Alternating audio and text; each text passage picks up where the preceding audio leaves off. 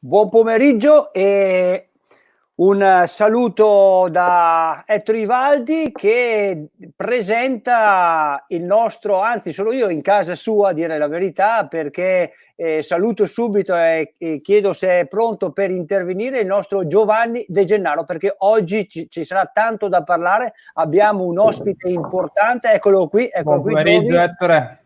Ciao, buon pomeriggio, tutto bene? Sei riuscito bene, a allenarti, quindi tranquillo. E Giovanni, io non ho detto neanche ancora niente perché ti lascio a te l'onere e diciamo anche la gioia di presentare un grande personaggio della canoa slalom. Quindi un pomeriggio sicuramente intenso, lo abbiamo già annunciato nelle varie promozioni. Colgo l'occasione per salutare Ilaria, sempre puntuale e precisa del nostro ufficio stampa. E chi ci sarà oggi, Gio? Ci sarà il campione del mondo in carica, Jiří Prskavec. Gran talento. Oggi Jiří Prskavec. Allora diamo due informazioni, giusto così, per inquadrare il personaggio. La cosa interessante è che particolarmente legato a Giovanni perché nascono praticamente assieme dal punto di vista sportivo. Classe 1993, Giovanni classe 1992. Jiří Prskavec ha un'altra particolarità, nasce lo stesso giorno di Martika, il 18 maggio. Non vorrei dire, ma sono nato anch'io il 18 maggio e non con la stessa fortuna sportiva, ma il 18 maggio era nato anche Giovanni Paolo II, quindi ci sono dei buoni auspici per fare delle buone cose. Siamo sul 1,70 m, 70 kg di uomo. Jiří segue le orme del papà. Il papà, ricordiamo, è stato bronzo nel 95 ai campionati del mondo di Nottingham, poi il papà finisce pochi anni dopo, ha un incarico in Canada e quindi con il figliolo vanno in Canada con tutta la famiglia, si fermano un po' di anni e poi rientreranno perché il papà è richiamato ad essere il tecnico della squadra della Repubblica Ceca. Esordisce in Coppa del Mondo giovanissimo nel 2008 con una gara, una sola partecipazione, ma poi già dal 2009 parteciperà ai campionati del mondo, scusate, ai campionati europei junior, dove era presente anche il nostro Giovanni, che fu 17esimo, fu Luca Colazzingari, 26esimo Giovanni e 28esimo Zeno, questi, e 14esimo in quell'occasione fu Jiří Prskavec nella gara vinta da Alcin, da Martin Alcin, lo slovacco. Poi nel 2010 il ceco fa subito un grande salto di qualità, vince i campionati europei junior. In quell'occasione fu quarto Zeno, nono Giovanni e 30esimo Lorenzo Veronesi. Ricordiamo i nostri italiani, i nostri tre ragazzi avevano preso una medaglia al campionato europeo nel 2010. Poi a Foix, quando Giovanni vinse il campionato del mondo junior, terzo Zeno, Jiří Prskavec rimase fuori dalla finale e fu solo 11esimo. Solo, comunque già dava l'impressione della sua grande potenzialità. Anche in quell'anno partecipò a un paio di gare di Coppa del Mondo, concluse in classifica finale all'81esimo posto, e poi da lì in poi direi, Gio, che è una continua crescita per lo slovacco di Praga allenato dal papà. Nel 2011 infatti è terzo al campionato del mondo, al campionato europeo junior a Banja-Luka. E poi sempre nel 2013 poi è addirittura secondo al campionato del mondo under 23, mentre Giovanni era alla sua sinistra, in terza posizione, e poi al campionato a Cracovia vinse il campionato europeo under 23 a Cracovia, dove Giovi finì al quinto posto. Ma il grande risultato da parte di Jiří arriva sempre in quell'anno lì, nel 2013, perché è secondo ai campionati del mondo in casa, l'anno dopo i giochi olimpici, nella gara vinta da il compagno di squadra il grande e unico Vavra Radilek. Prosegue poi nella sua lunga carriera ed è arrivato a vincere 3 campionati europei assoluti e 2 campionati del mondo assoluti. Il primo nel 2015 a Londra e il secondo nel 2019 alla SEA, l'ultimo campionato del mondo. Va ai Giochi Olimpici di Rio 2016 e torna a casa con un bronzo. Quindi abbiamo inquadrato, credo Giovanni, il personaggio, un personaggio che ti sei sempre ritrovato nelle finali a combattere per le medaglie. La tua impressione quindi, Gio, su questo grande personaggio della canoa slalom del K1?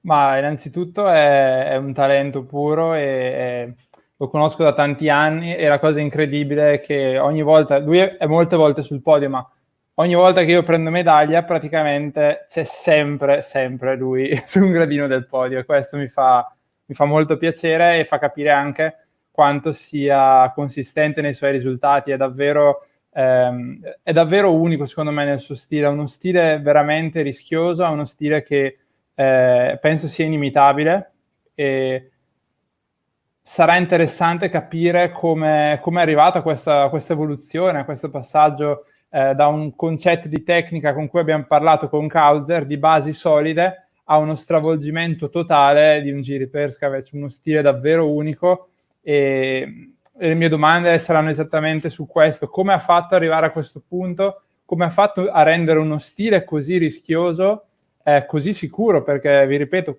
quest'anno ha praticamente preso medaglia ad ogni Coppa del Mondo, ha vinto il mondiale, era in finale agli europei. È davvero una cosa incredibile e sono veramente felice che abbia accettato di essere intervistato, perché è un personaggio che secondo me ha un alone di mistero, perché non è un gran comunicatore secondo me, come può essere un Peter Kauser, un Vavra Radilek o un Joe Clark, ma è sicuramente molto interessante. Sono sicuro che avremo molte domande, ne ho già ricevute attraverso i social, quindi se volete fare domande potete mandarmi un messaggio su Instagram, su WhatsApp o direttamente alla chat, come preferite, potete rimanere anonimi, ma vi assicuro di sfruttare questo momento, perché non capita molto di avere un campione del genere disposto a risponderci live a queste domande. Ettore, cosa ne pensi un po' di questo atleta che ha veramente massacrato la scena internazionale negli ultimi anni e è un talento veramente indescrivibile? Sì, sicuramente partiamo dal presupposto che negli anni Jiří comunque con questa, me lo ricordo da junior, da giovanissimo, una strategia veramente suicida, no? Entrava secco su ogni porta, tagliava, e era proprio, diciamo, fino all'ultima battuta. Io credo, poi parlando anche con il papà, nel corso degli anni questa tecnica si è raffinata, è stata messa a puntino, e oggi come oggi, ma soprattutto ci si accorge in allenamento, e noi Giovi l'abbiamo visto parecchie volte, anche quest'anno in Australia, è partito molto presto per preparare la stagione, addirittura nei primi di dicembre, dopo è tornato a casa praticamente a fine febbraio. Dicevo, una tecnica che si è evoluta nel corso degli anni. Certo, vederlo oggi in allenamento non è più come vederlo un tempo, quando poteva succedere di tutti. Oggi è alla ricerca della perfezione, con dei gesti sicuramente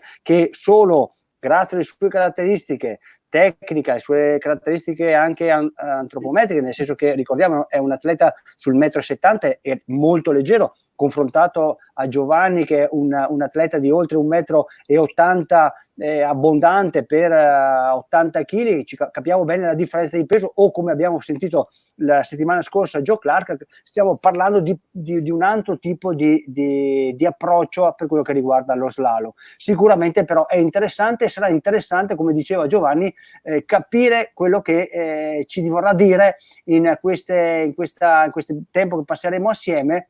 È appena arrivato, quindi direi di farlo entrare. Bene, sì, non perdiamo altro tempo. Dai. A voi lo spazio. Hi, Jiří. Hello. Hey, how are you? Good. It's nice to see you after such a long time. Yeah, we're supposed to be in Lee Valley right now, ready to race for the season, and it's crazy how the situation is going. So I will make you some question. I will translate them in Italian, and then you can answer, and I will have a short translation as well in Italian. We have a lot of questions for you. It's crazy how many people were writing me in just one day. So first of all, how are you? How is going your quarantine? Can you pedal? How do you feel? And what's your what do you think about the season? What do you hope for? Do you hope to race at some point, or you're giving up? Well, thanks for the question. Hi to you all. the situation in Czech is now getting better. We are allowed to move throughout the Czech Republic, so we don't have to be at home at all times. Also, we are allowed to train now more like on the water. The Prague course is going to be running a whole day from Monday, starting from Monday. It's been just like in the morning now, till now. And yeah, so it's possible to train. It's just hard to train without knowing when the races are going to happen. I'm still hoping for the Czech Federation to make our like national selections, which should be a part of our Olympic selections this year, which would be cool in the sometime in the summer, because I think there will be a lot of time to race. So Yeah. if they make this choice, it would be kind of cool, because we can all prepare really well for it, and we wouldn't have to race it next year in like 1 month. So that would separate our Olympic selections in 3 parts. One was World Championship, second one would be this year national selections, and the last one would be Europeans next year.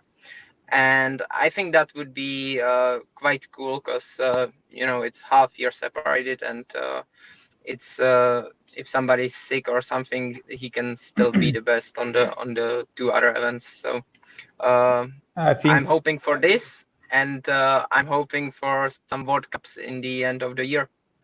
I think the same, actually. I hope the same, that we will have some selection this year for the Olympics as well, just to be motivated to do something, because otherwise it's just missing a year of our career, and I don't want to do that. I'm still training for what I can, and let's hope something will happen and we will be on the water soon.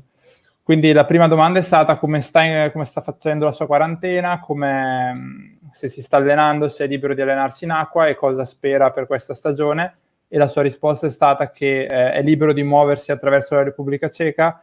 Finora c'è stato solo un allenamento la mattina disponibile sul canale, mentre dal lunedì potrà allenarsi 2 volte al giorno, e spera vivamente che ci siano delle selezioni per le Olimpiadi quest'anno, parte delle loro selezioni, così da poter avere, diciamo, già questa stagione un po' di motivazione a continuare e potersi allenare, insomma, con un obiettivo.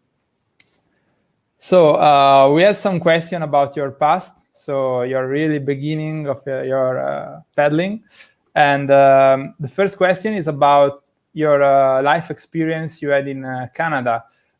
Someone wrote me that you've been into Canada, and we would like to know if that was your first approach with kayaking. For how long have you been there, and how was the experience for you? La prima domanda è sul suo passato, che è stato in Canada molto giovane, e gli ho chiesto se lì ha avuto il suo primo approccio con la canoa e per quanti anni è stato lì. Thanks. I started kayaking at home in Czech, but when I was around the age of 14, 15, I think, we moved with my parents for 2 years to Canada, because my father got their job as a coach of the junior team, and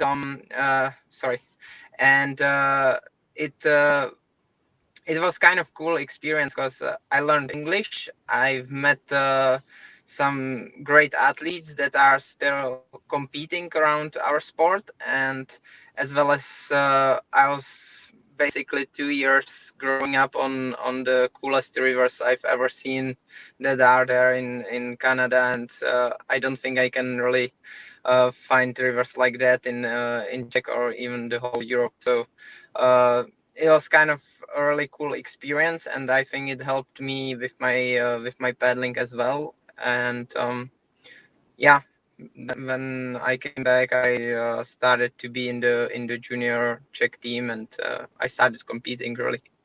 È andato in Canada quando aveva 14-15 anni, perché suo padre, come aveva detto Ettore, è stato incaricato come commissario tecnico della nazionale. È stata un'esperienza che è durata 2 anni, quindi è stato parecchio tempo su questi fiumi veramente, dice, molto voluminosi, molto grossi che sono stati in Canada, e ha detto che è stata una parte fondamentale nella sua crescita per migliorare la sua tecnica, e che quando poi è tornato a 16 anni è praticamente sempre rimasto in squadra nazionale ed è riuscito a applicare quello che ha imparato.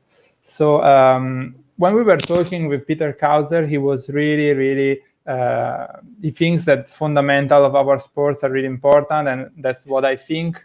And how is your relationship with the basic of our sports? I mean, the paddling and the flat water. Do you train on flat water? Do you still think about your paddling?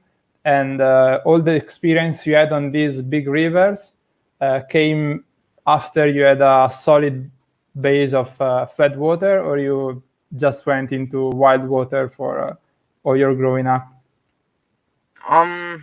I can't really say I grew up on flat water, because I grew up on the Prague course. Of course, you have to start on the flat water, but I think it's more about the relationship between an athlete and the white water. So you really have to like what you do, and it's not about start pushing really hard too early.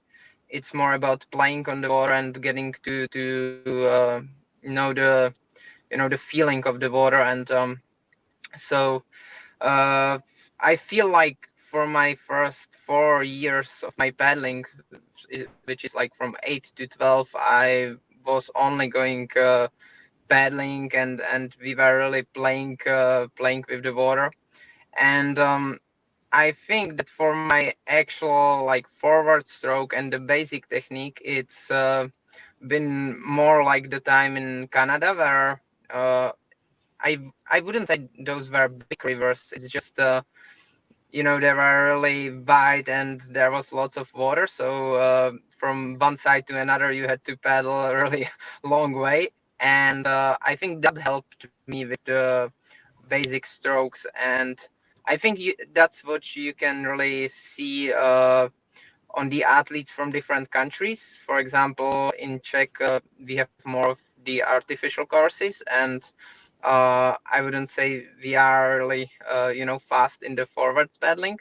And then apart from that, people that grew up in Slovenia, Italy, or France, that are used to more natural rivers, I think you can see that they are way faster in forward paddling. And yeah, so I think it's a little bit about where you grew up, and how you can really use that in your career. Allora, innanzitutto devo dire che Kauser mi ha corretto l'altro giorno dicendomi che secondo lui è molto importante passare sì fondamentali in acqua piatta, ma anche passare molto tempo in acqua mossa. È un po' quello che ha detto lui adesso, ovvero la sua crescita e i suoi approcci fondamentali sono nati in fiume. Il fatto di pagaiare sempre a Praga e poi in Canada, appunto, gli hanno permesso di costruire questa pagaiata che secondo lui è fatta più per l'acqua mossa. Quindi dice questa differenza tra i canoisti cechi e i canoisti italiani, sloveni o francesi, ovvero la sua pagaiata, quella dei cechi, è costruita su un canale come quello di Praga, quindi è più una pagaiata meno efficace sul dritto, mentre in Italia, all'estero, c'è più una cultura di lavorare anche in acqua piatta e avere questa tecnica nella pagaiata dritta che gli permette di essere più veloce rispetto a loro. È una cosa abbastanza interessante, visto che ci ha detto che praticamente lui non si allena molto in acqua piatta. Adesso gli chiederò questo. But then, do you train sometimes on flat water, or you just train on wild water as much as possible? I do now, because when you look at really my style of paddling, you can see that my my, let's say, slower parts are not in the technical parts, but they are more on the flat parts. So I'm trying to get better at that. But yeah, so I do train on flat water now. And but for example, when we travel to Australia, I try to be on the whitewater as much as possible, and maybe do some of the easier courses at some point. So that helps me with the speed. But when I'm there, I want to paddle on whitewater as much as possible. But when I'm at home or it's not as good weather, I would say, I'm trying to focus on flat water as well, because I think it's one of like the parts of my speed that's not really good. Detto che comunque si allena in acqua piatta perché sta cercando di migliorare quei punti in cui secondo lui perde un po' più di tempo, ovvero nei tratti dritti, non nei tratti tecnici.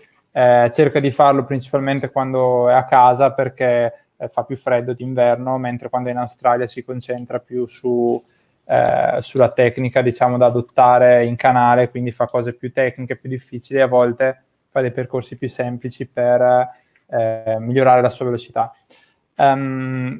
So where does your style come from? Have you been inspired by someone, or is just something that you naturally develop by using just this crazy sweep on every upstream? Da dove viene il tuo stile così rischioso? Se l'hai costruito, se sei ispirato a qualcuno? Well, I think I've been inspired by my father, of course. He's been my, I've been looking up to him ever since I started paddling, but even before that, because I was pretty much on his every last race, his last season. But then when I started paddling, there was one guy in Czech named Ivan Pišvejc. I don't know if all of you remember him, but he was a guy that really could do some crazy stuff on 4-meter boats with sweeps up, and he had problems that he kind of couldn't manage it the whole run, but he was really skillful, and what he could do with the 4-meter boat, that was really crazy, and I think that inspired me actually. And yeah, I've been trying to learn something from him, and then we got the 350-meter boats, and it kind of got easier to do these things, and I started learning on my own, and from that point on, I wasn't really focusing on somebody else. I was just trying to improve my technique, and I've put it my own way, and so it started with him, and then I came by my own.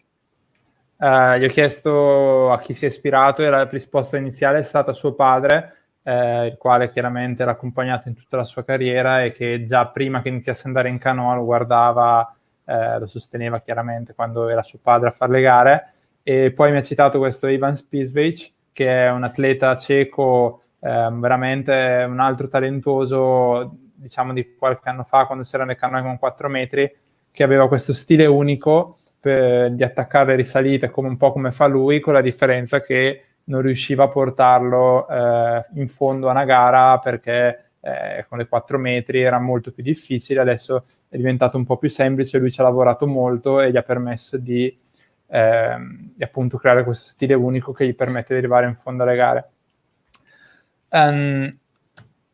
So let's start with the question from other people that I got on Instagram and other social media. A lot of them are about gym. So I was shocked as well. I was asked if you do weights, if you what's your point in the gym? What do you do, and do you like to do it, or is something that you try to avoid? Ti piace fare palestra? Qualcosa che eviti? Se fai pesi o no? It's definitely not anything I'm trying to avoid, but I don't really feel it's that important for me. So when I go to gym, I'm trying to focus on muscles that aren't as used during the paddling. I'm trying to prevent injuries. So I work more with small weights, and I'm trying to focus so my body works well. But when I don't do any very heavy weights or something that would give me the power for my paddling. It's really more about preventing the injury or some yoga or some stuff like that. But I don't go to gym to really But you are raise extremely heavy weights. strong. You are really strong. How do you build your strength? I am not. Come on. I am not. If you look at other athletes, my muscles are like quarter. But I mean, So, your stroke is very strong. It's very efficient, or how to say it. And when you push on the I think wall so. as well, you're really fast.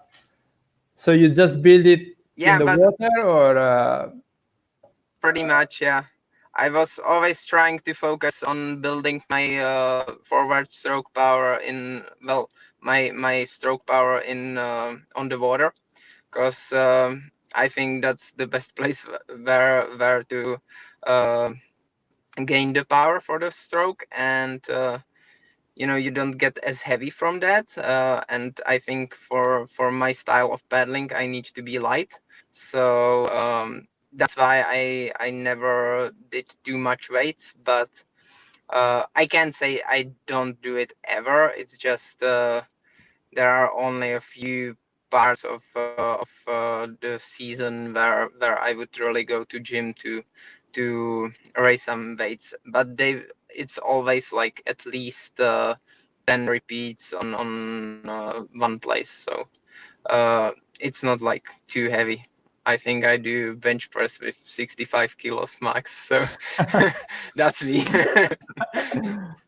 ha detto che diciamo il suo approccio con la palestra è più per prevenzione degli infortuni, non fa grossi pesi, o meglio fa, da quello che ho capito, fa pesi, ma lo fa solo in un periodo breve dell'anno per costruire un po' di forza, ma cerca di costruire il più possibile la sua forza per colpo in acqua, e addirittura mi ha detto che il suo massimale in panca piana è 65 kg, quindi meno del suo peso, ma allo stesso tempo ha un colpo estremamente efficace perché ci lavora molto in acqua, e comunque in alcune parti dell'anno fa anche pesi, solo che cerca di non appesantirsi troppo, perché per il suo stile è meglio, secondo lui è meglio essere più leggeri per essere più efficaci.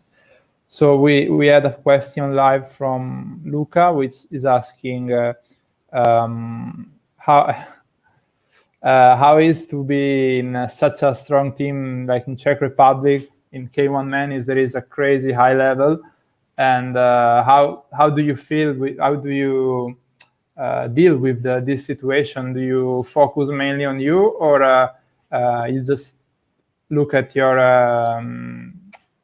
rivals to get better, to to steal some of their moves or something like that? And he's also saying that it's a pity that there is only one place for the Olympics for each nation, because it would be good to have you all at the Olympics. Yeah, that definitely is a problem with us. It's such a pity that only one of us can go.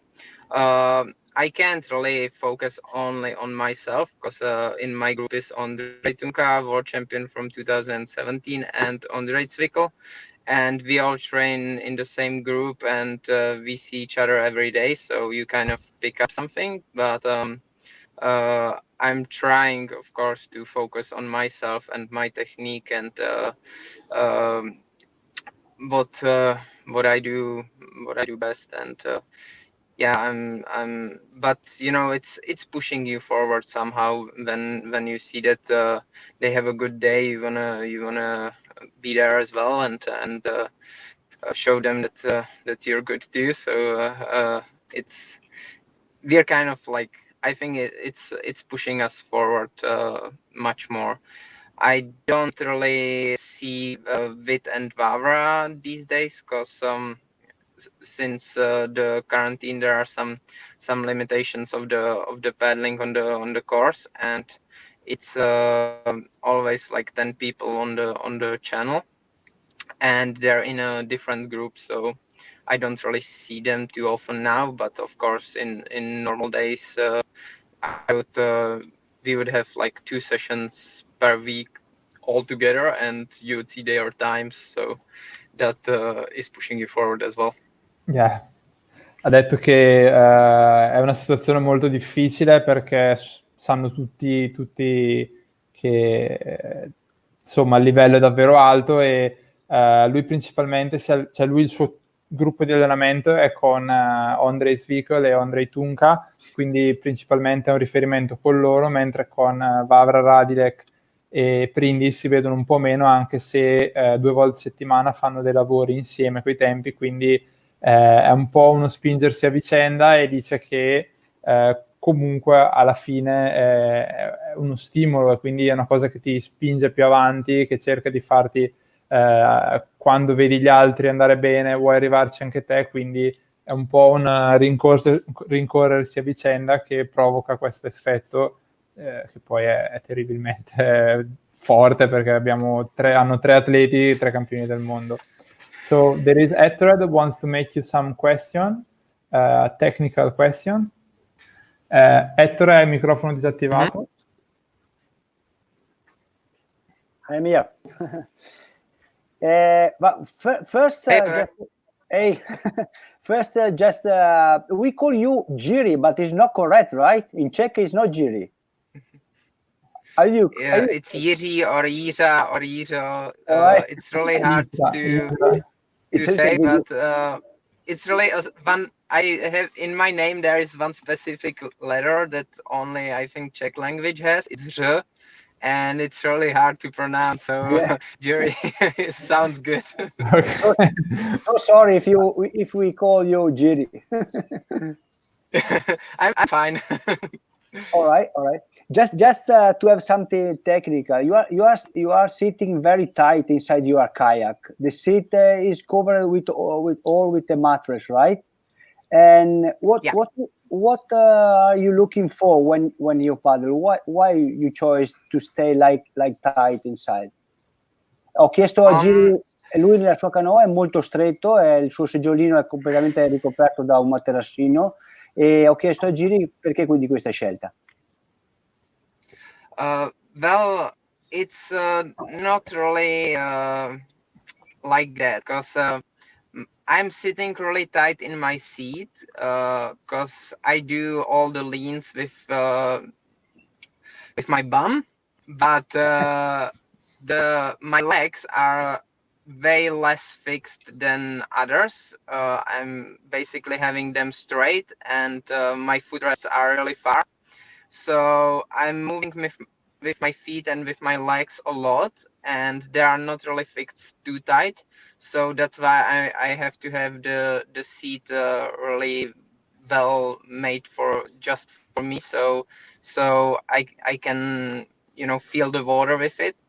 But I think I'm not there like really too fixed with my legs, and I think it really helps me with moving and doing the leans, because then you can really put the pressure on your footrests.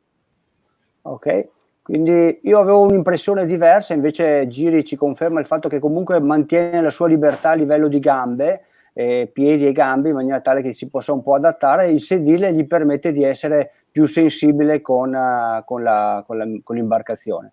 And can I ask you what changed in your life now with your son? Well, lots of things actually. It's not just me. It's not just me and my girlfriend. It's now me, my wife, and my son. And I have to take care of him a lot, and it's kind of cool to have the quarantine now, because I have time for him, and we are all together a lot, which is like one really positive thing about the quarantine. And I think I would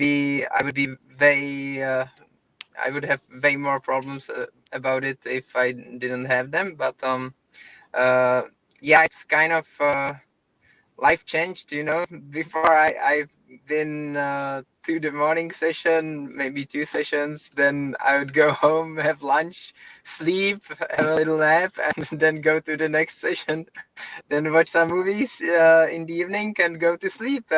Now it's when I'm home, I'm with them. Either I'm helping Terka or I'm with Yuri, and yeah, it's different, but it's very cool and I like it. Alright. Forse non l'abbiamo detto, ma Giri ha avuto 6-7 mesi fa un figlio e questo figlio è la quarta generazione di Giri, perché il nonno si chiamava Giri, il papà si chiama Giri, lui si chiama Giri e anche il piccolo, il baby Giri, nato appunto pochi mesi fa, si chiama Giri. È una tradizione evidentemente di famiglia. Dice che praticamente ha una vita molto più divertente adesso. Certo, prima era abituato magari ad altri ritmi, riposare tra un allenamento e l'altro, andare a casa e rilassarsi, ma oggi non può. Poi in questo periodo di quarantena, certo, ha dovuto tenere attivo il piccolo per stimolarlo a restare a casa, e quindi ma io se posso dire, in Australia l'ho visto molto, molto più rilassato del solito. Passava il suo tempo, appena finito un allenamento, ad accudire il piccolo Giri, e quindi lo vedevo forse un modo così anche per rilassarsi tra una prova e l'altra. Thank you very much, Giri. So, yeah, good. I hear. Oh, sorry. What do you think the success of Czech Republic in K1 in recent years depends on? One more. Sorry, Giovanni, I didn't hear you. What do you think the success of Czech Republic K1 depends on in the past years? Well, it's really hard to say actually, because you know, we've always had one category in Czech that was really successful, and the others weren't. But it's really hard to say why it's now the K1 men. I think it's because we had quite a few good K1 men in the past, like my father or like Lubo Žilgard or others. And lots of them stayed in the sport as coaches, and they really had the information that you need to produce good K1s, and they learned on themselves and then passed it on to us. And so I think we had good background, and we had and the coaches really made us what we are today. And since it's not only one person, but it's 5-6 of us, we are pushing the limits, and yeah, so I think it's all connected, but mostly it's the coaches that made us.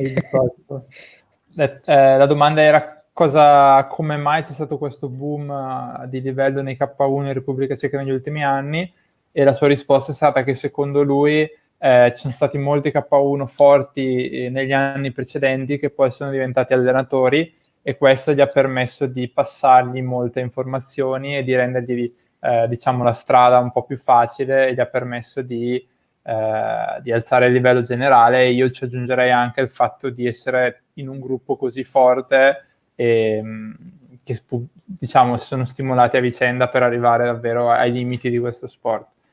Hi Jiří, in your opinion, what is the most important aspect to train in canoe, and what has helped you the most to be so consistent in results? So constant in results. Yeah, I think everything is most important to train. You can't really say one aspect is the most important, but what helps me to be the like more constant in my result than others is I think it's the speed that I can get from my short line, and since I'm trying to paddle like that since I was really young, I picked up it's not about the short line, because everybody can do an early good upstream on the sweep. It's just that if you do 6 of them in your run, obviously one of them is not gonna be going perfect. You're gonna have a bad approach or something, and the ability to save this and not lose time is I think the most important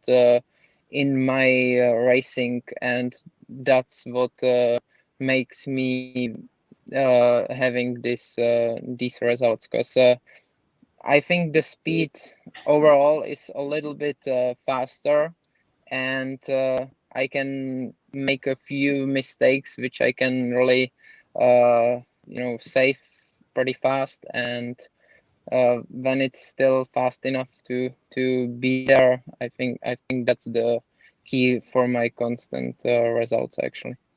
Detto che secondo lui non c'è un aspetto principale su cui allenarsi, ma la sua capacità di essere così veloce, così efficace, così costante nei risultati è il fatto di non solo riuscire a fare le porte velocemente di collo, tagliare le linee, ma riuscire a farle con una velocità superiore rispetto agli altri. E soprattutto dice che se fai 6 risalite in colpo largo come le fa lui, devi mettere in conto che una di quelle probabilmente non andrà bene, e la sua capacità principale è quella di riuscire a gestire questo errore e risolverlo più velocemente rispetto agli altri. Quando riesce a farlo, allora riesce a essere più veloce degli altri e avere ottimi risultati nonostante questi errori. Another question. How many technical sessions you do in a week? That really depends on the time of the year and the time of the season which we are in. But currently it's 3 sessions per week. In Australia, I would do 4 of them. It's always a technique and something else during the day. It really depends which type of technique it is. Either we do really short courses that are a little bit more for fun, or we do some longer stuff where we are focusing more on clean runs and stuff like that. So you can't really say technique is like one type of session, but it's like I would say that in average it's about 4 sessions a week.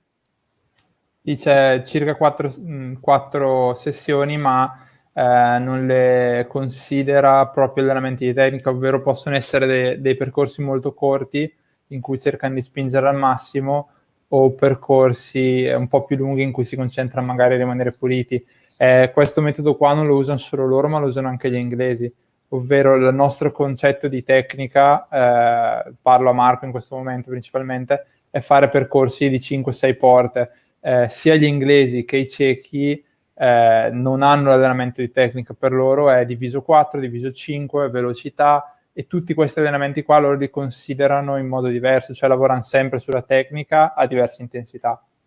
Hi Jiří, is your ability to react quickly to situation an innate talent, or have you developed it with trainings? I don't really believe in talent. I think you can always, with hard training and when you're working on stuff, you can really develop and be better than the talented ones. But I think it's definitely developed by the training in years, because it's not 1 year, it's not 5 years, it's 20 years of paddling, and pretty much the whole time I was trying to do the short line stuff, and you learn to save it obviously when you do paddle short line in every session, and if you're trying to cut it as much as possible, you have to react on the situations that come up, and after those 20 years it's in there, and you kind of know how to react, but it takes a long time, because I think everybody knows that I'm touching a lot, and it comes, of course, from this from cutting the line a lot, and so it's yeah. Detto che non crede molto al talento, ma crede nel lavoro duro, quindi la risposta è sicuramente una cosa con cui ci ha lavorato, e non ci ha lavorato in 3-4 anni, ma è 20 anni che lui pagaia in questo modo, tagliando le linee, e quindi in 20 anni in cui continui a risolvere situazioni, piano piano impari a gestire queste situazioni, e ancora oggi comunque tocca molto, ma è dovuto un po' a questo, è dovuto al fatto che ancora oggi sta lavorando sulle reagire a queste situazioni. I don't know Italian, but I know exactly what the question is asking me for. It's about the touch in the finals in Rio, right? Yeah. So the question is, how did you feel when you touched the gate in Rio, and how you deal with that situation, how you react? I really believed in myself, and I believed I can be really fast. So the touch really, okay. I put it into numbers. I knew that that upstream I did in the final, and I wanted to do it on back sweep and sweep. I knew that it's pretty much 50-50. Either I will touch or I'll do it clean and really fast.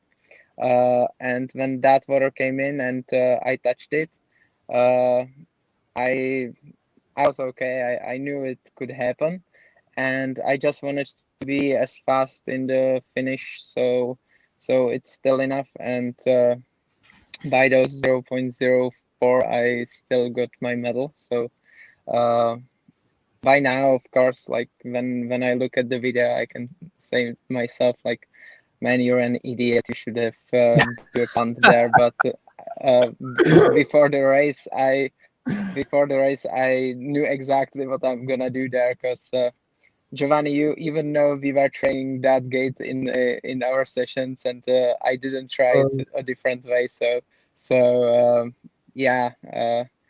I did it maybe 50, 100 times during the sessions there, and it was always back sweep and sweep, and I knew that at some point the water is not gonna be there and I'm gonna screw up, but I just had to go for it, because Olympics can be only once per your life, and you wanna show the best there, and I knew that my best was with the back sweep upstream, and so I would do it again. Ha detto che lui aveva calcolato la possibilità di toccare questa porta, aveva calcolato un 50-50% di possibilità di toccarla, ma l'Olimpiade è una situazione che ti capita una volta nella vita, e ha deciso di giocarla, e come diceva lui in allenamento, lui non ha mai provato a farla così, è sempre andato a spingersi su per il muro. Però quella volta lì, adesso se ci ripensa, dice sì, sono stato uno stupido a fare così, ma quando sei lì, sei in un'atmosfera olimpica, e fidatevi, è così, non vai giù per arrivare, per non dare il tuo massimo, devi provarci, e lui ha provato e gli è andata male. So just a question from myself. You said you were planning to do the up in that way, no? So when you analyze the course, are you already sure of what you do? I mean, you see an up and you say, I want to do it with the sweep, or I just go there and I see how the situation is, and I react to the situation. Do you have a strict plan, or you just leave the door open? I always leave the door open. I'm trying to react on the water, but there are some gates on the course that I think I adjusted this a little bit, because by now I feel like I'm a little bit faster than I used to be. I think it's more changed in my forward paddling than between the gates, but I feel that I can sometimes choose a little safer line. When I say safer, it's still not safe, but Normal, safer. almost normal. It's not 50-50, but it's like, I don't know, 75%. I'll do it good. And before, like until the Olympics, I think I had there was always some combination, some upstream, some gate on every course where I knew there was some cool and really fast line. And so I don't have to think about it before the race. I wouldn't try different way. So I would only do it the risky way, like in Rio, or I don't know, there was one upstream in Cardiff. I would always do on back sweep, and you know, when you look at it from the outside, you would say, "Oh man, he's just stupid. He's just risking too much." But when I look on it from my way, I would always try it the same way, back sweep, sweep. I would basically make it 8 out of 10 times well.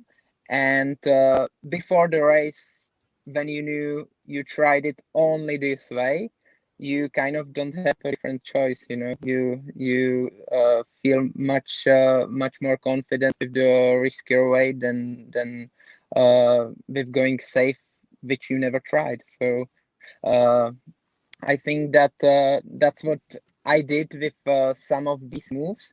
And then once I come to a course before the race, it depends if it's a World Cup or if it's some bigger race like World Championship or European Championship. Because before Worlds and Europeans, you spend on the course way more time, and you made way more combinations. So it's way easier to make your own way. On the World Cups, you have like 4 sessions before the race, and it's pretty hard to know exactly what you're gonna do. So I always like to look at the other athletes and do it how I feel after looking at them. But yeah, it really depends. And once it's an easier course, I usually come there and I say, okay, that's easy, I'll do it like this. But once it gets harder, it's always good to look and think about it a little more. Gli ho chiesto Sorry, se Joey, lui... that was long. Yeah, but I got the point, and I think the point is a lot how much time you spend on the course, and pretty much, yeah.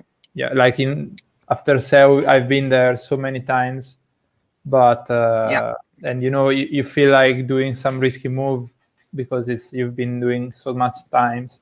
But sometimes I see you doing like crazy stuff in courses like Magdeburg or whatever, that there is not the chance to be there so much. And sometimes I just analyze the line I want to do, but I don't plan like to do with the right stroke or the left stroke. I just leave the door open. Yeah, definitely. We're not girls. Sorry. So Pepe is asking, why do you use a long pedal? How long is your pedal? It's 201. It's 202 actually. I think it's pretty much the average length of the pedal. Maybe I could have a little shorter one, but as you all know, I do sweeps a lot, and so it kind of helps me have a better sweep stroke than with a shorter one. But I've been paddling with 204 length pedal, and I think that was too long for me, so I adjusted like 2 years ago, and now it's 202, and I feel like, I don't think it matters that much. It's just you have to be able to push till the end, which I am now, and I think it's how everybody feels. It's basically for the sweep and for the push on the wall. But 202 is a good average. I think so. Also, Peter is using 201 or 202. 202. I think 202, yeah. Joe is using 203. So So a question, and this could be the last one. So we've been live and asking you a lot of Peter is writing, you are not as strong as you were, and that's why you got a shorter pedal. Peter. And I'm using. Oh, you're lying, Peter. You're lying. Yes, I was using 206 last year. No, 206, maybe 205. But it's too long for me. Yeah, maybe I'm not as strong as I am, because I was training with Peter and he's an old man, and you know, in Australia we had to rest so much, so that's why I lost my power and now I have to use too long to pedal. Yeah. And I got a question about how do you prepare for a race? So what's your routine? How do you warm up? How do you, just get ready to go? Yeah, it depends again which type of a race it is. If it's a race that I've been preparing for, like a big one, I would have my routine where I would warm up a lot, and the body is prepared to warm up a lot. But once it's a smaller race, like Third World Cup or something like that, where the body is not in that good shape at that time, I would go a little bit easier in the warm-up, because I don't want to get tired as much. But yeah, there is like a normal routine. I would wake up, have breakfast, have some stretching, then I would go to the course, check out the course, then I warm up like 1 hour before my run, and then I would jump in my boat again like 20 minutes before, and I would stay on till my run. But yeah, that's it. Last week I asked Joe how much does he warm up. He warms up for 20 minutes. That's crazy. Your routine is way similar to what I do. So it's basically the same, just like a long warm up, then a little break, and then a short one. But yeah, it's that's the point. I was shocked by Joe's answer, because 20 minutes is, man, I can't wake up in 20 minutes. Quindi la sua routine è quella di svegliarsi, fare colazioni, fare un po' di stretching, poi fa un riscaldamento di circa un'ora, se non sbaglio, fa una breve pausa e dopodiché gli ultimi 20 minuti in cui si prepara per la gara e via. Very last question, have you got a particular diet, or what's your diet for a race, or anything? No, I don't have anything specific. I work with like a biochemic doctor that is by my blood he tells me what I have too much, what I have less, and he just gives me tips how to adjust my food, which I take and give to my wife, and she's adjusting my food a bit, but I would say it's more of her work than mine. And yeah, it's like I don't really limit myself or anything. It always has to taste good, and I like to eat a lot, so I just adjust it before the race. When I feel like I'm too heavy, I stop eating sweets or something like that, so I lose a little bit of weight. But no, it's not that I would have a strict diary that I would eat before the race or even in the preparation. No, that would be, I think, too much for me, and I wouldn't feel comfortable with that, and it wouldn't help me in the end. Detto che non segue una dieta specifica, ha solo una dottoressa che controlla i valori del sangue facendo delle analisi ogni tanto, e se vuole perdere peso riduce un po' gli zuccheri, e se invece si sente bene continua così. Di solito verso le gare mi aveva detto che perde un po' di peso, ma non si limita, l'importante è che sia buono da mangiare e gli piace mangiare. You have time for last question again? The very last one. How do you see our sports in the future? What do you think is going to change? In our courses? Courses, both, maybe length or the race, whatever you think, Well, any idea? Well, I think the key of changing our sport is keeping the time, because I think that's it's now well balanced. Because if it would be less than around that 90 seconds, there would be more place for, there wouldn't be a place for mistakes, and I think that's not good. It would be more of a lottery, because when somebody would have a good voter at some point, it wouldn't be possible to make up that time. But I think the key is actually making the course shorter, but with more gates, so the time stays the same, and it's a little more technical.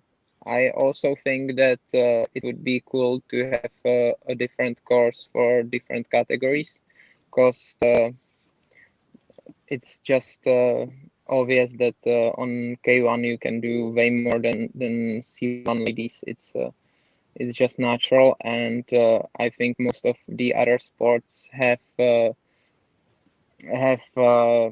different weights or anything with ladies and men, and I think that would make our sport a little more enjoyable for the spectators. Course you could set up a really hard course for the K1s, and you could keep the same course for C1 ladies, which is, I think, fine for them right now, but for us at some points it's way too easy, and a small mistake puts you 20 places down, which I don't think is good. Yeah. Detto che come vede il futuro del nostro sport, la risposta è: lui spera che non ci siano, che i percorsi non vadano sotto i 90 secondi, perché altrimenti i margini di errore sarebbero davvero minimi e con un piccolo errore ti troveresti da primo a 20°. Spera si accorciano comunque le lunghezze del percorso, ma siano aumentato il numero di porte, così da avere più combinazioni tecniche, e poi spera che ci sia una differenziazione nei percorsi per categoria, così da poter complicare ancora di più per i K1 le combinazioni, e per i C1 semplificare per i C1 donne, in modo da rendere un po' come gli altri sport nelle categorie di peso, o un po' come lo sci, rendere percorsi più spettacolari per tutti. So thank you very much. No all our community really appreciate the chance to chat with you, and but I hope to see you soon in person, and that we have a chance to race and to train properly. All the best with your baby and your family. Stay safe, absolutely, and all the best, and talk soon. Thank you very much. Really appreciate. Thank you. No problems. You all stay safe and healthy, and enjoy your training and everything, and hopefully we see each other very soon. Hope okay. So. Bye. Bye. Bye. How do I turn it off? Bene. È interessante sicuramente parlare con Giri. Piacevole. Sono contento, sono arrivate molte domande, e anzi avevo altre domande da fargli, ma diciamo ci eravamo accordati sul fare 45 minuti di chat.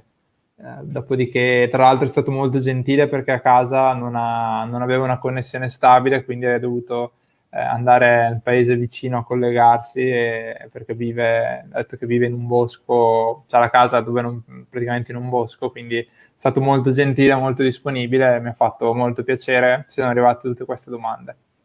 Ettore, che idea hai fatto? Credo che l'abbiano apprezzato in molti, perché, come dicevi tu, tante domande, tanti che ci hanno seguiti, quindi sicuramente un grazie veramente sentito a Giri, ma un grazie soprattutto a Giovi che ogni volta ci porta qualche personaggio di spicco. Io credo che per oggi sia un po' tutto. Con Ilaria, quindi con l'ufficio stampa, ci stiamo organizzando per la settimana prossima. Presto, a breve, brevissimo, vi comunicheremo i nostri appuntamenti, mentre invitiamo sempre Giovanni a pensare per la prossima settimana magari a qualche personaggio, qualche altro personaggio del nostro mondo, del nostro settore. Quindi direi che è tutto e l'appuntamento a breve vi aggiorneremo per quanto riguarderà la scheda degli appuntamenti sul nostro spazio federale. Grazie a tutti e alla prossima. Ciao. Ciao, buona domenica.